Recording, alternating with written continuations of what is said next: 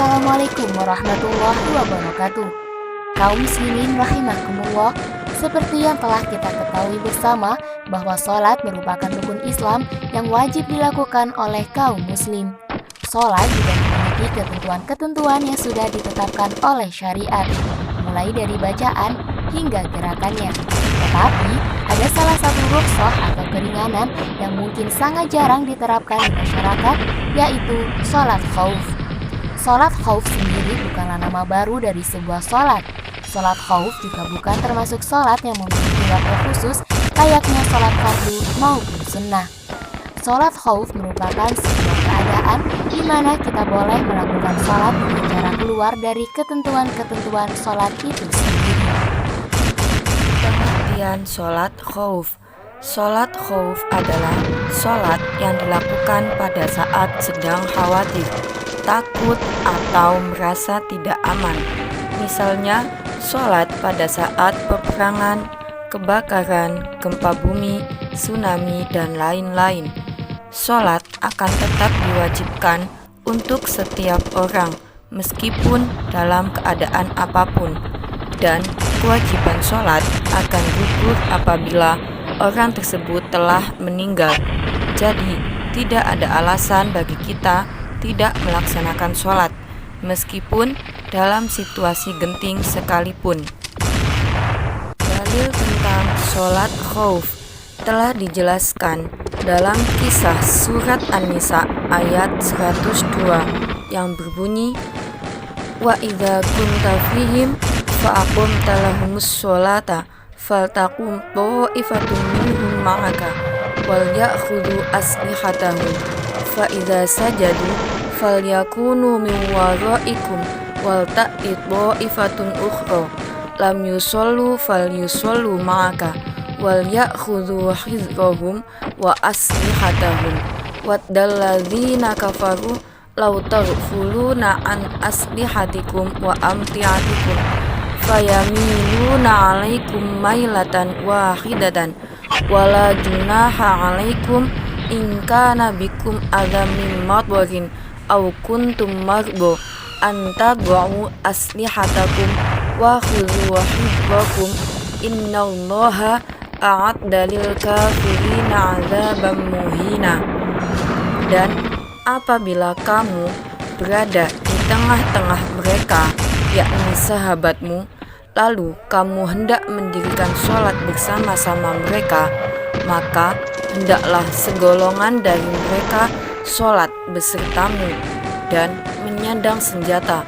Kemudian apabila mereka yang sholat besertamu sujud, yakni telah menyempurnakan serakaat, maka hendaklah mereka pindah dari belakangmu, yakni untuk menghadapi musuh. Dan hendaklah datang golongan yang kedua yang belum bersembahyang, lalu bersembahyanglah mereka denganmu. Dan hendaklah mereka bersiap siaga dan menyandang senjata. Orang-orang kafir ingin supaya kamu lengah terhadap senjatamu dan harta bendamu. Lalu mereka menyerbu kamu dengan sekaligus, dan tidak ada dosa atasmu meletakkan senjata-senjatamu.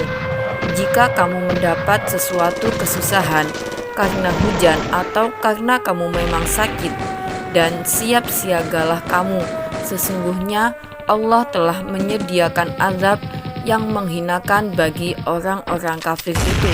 Kisah surat An-Nisa ayat 104. Dalil di atas juga sudah menjawab pertanyaan mengenai hukum sholat khauf.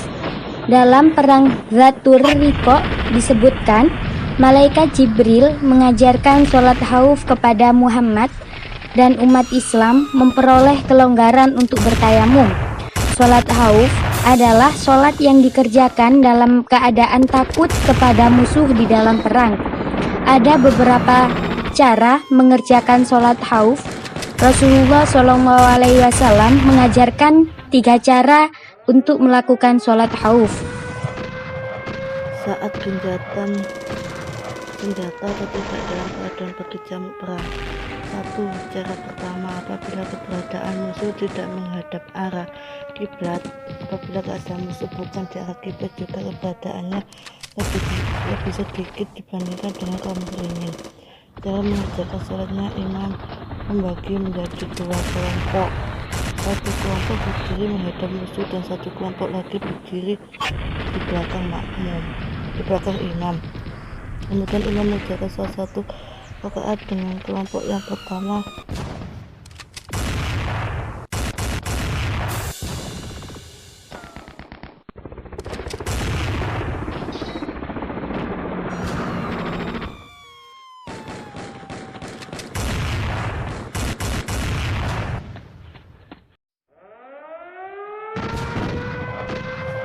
Dan ketika imam berdiri untuk rakaat yang kedua, kelompok yang pertama menyempurnakan sholat sisanya dengan niat mufaroqoh atau berpisah dengan imam.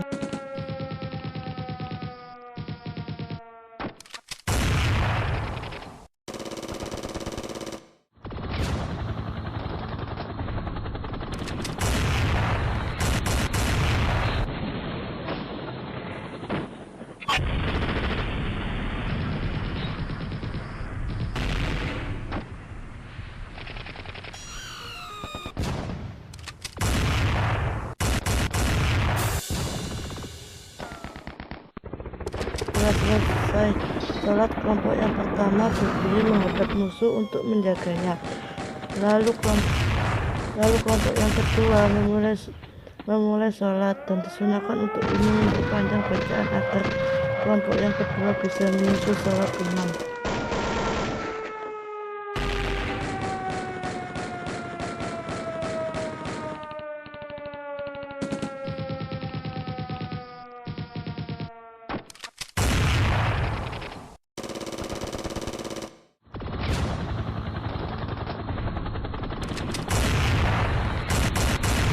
Ketika imam untuk bertasyahud akhir, disunahkan kelompok yang kedua niat mufaroqah dengan imam dan menyempurnakan sholat sisanya.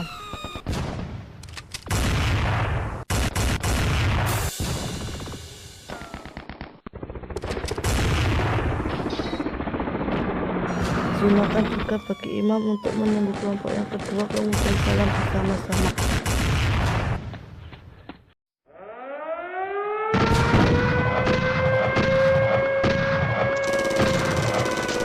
Cara kedua, apabila musuh berada di arah kiblat. Kedua, apabila keadaan musuh di arah kiblat, cara sholatnya adalah imam membuat 2 shaf, yakni barisan. Kemudian bertakbiratul ihram dengan kedua shaf tersebut. Dan jika imam sujud pada rakaat yang pertama, sujudlah shaf yang pertama dari kedua shaf tersebut, dan shaf yang terakhir berdiri menjaga shaf yang pertama. Dan jika imam mengangkat kepalanya, bersujudlah shaf yang kedua dan mengikutinya.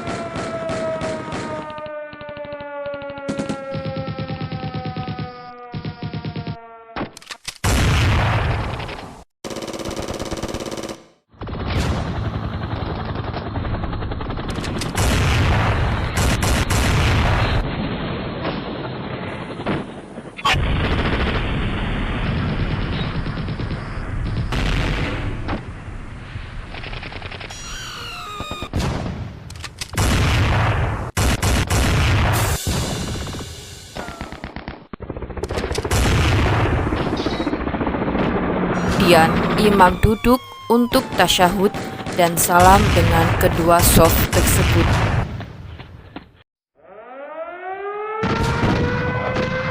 Saat berkecamuk perang, apabila dalam keadaan yang sangat kritis dan perang sedang berkecamuk, cara mengerjakannya yakni masing-masing kaum melaksanakan sholat dengan keadaannya, baik sambil berjalan, mengendarai, menghadap kiblat, atau tidak menghadap kiblat, dan diperbolehkan dalam keadaan tersebut melakukan pekerjaan yang banyak, seperti melakukan beberapa pukulan terhadap musuh.